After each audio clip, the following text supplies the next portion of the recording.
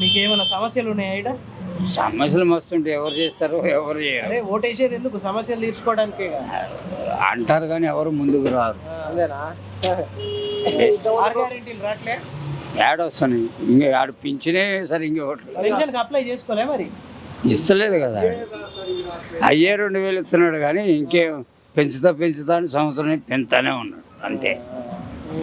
ఇప్పుడు మరి సన్నబియ్యం ఇస్తున్నట్టుంది కదా. సన్న వేసి వాటరు, నీళ్లు, నీళ్ళు వస్తున్నాయి. కరెంటు మాకు బిల్లేనా? జీరో బిల్ కాదు. చేయమంటే చేయట్లా, తిరిగి లాస్ట్ పెట్టి వదిలేసి ఏం చేస్తామన్నాను? ఏం చేయను ఇంట్లో. మరి ఇల్లు ఎట్లా నడుస్తుంది? మా మిస్సెస్ ఓకే ఓకే. ఏం చేస్తుంది అమ్మ?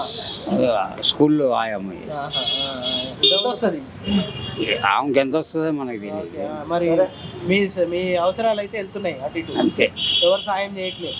ఇంతకుముందు కేసీఆర్ గవర్నమెంట్, ఇప్పుడు రేవంత్ రెడ్డి గవర్నమెంట్ వచ్చింది. ఇబ్బంది బాగా అనిపిస్తుంది. మాకు తెలిసిన మటుకు అయితే కేసీఆర్దే బెటర్. ఇది రేవంత్ రెడ్డిది అంటే మాటలు తప్ప ఏంటి.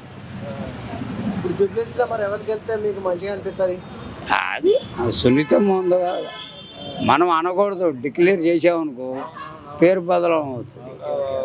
వచ్చేదాకా ఎవరు వస్తారనేది తెలియదు అన్న.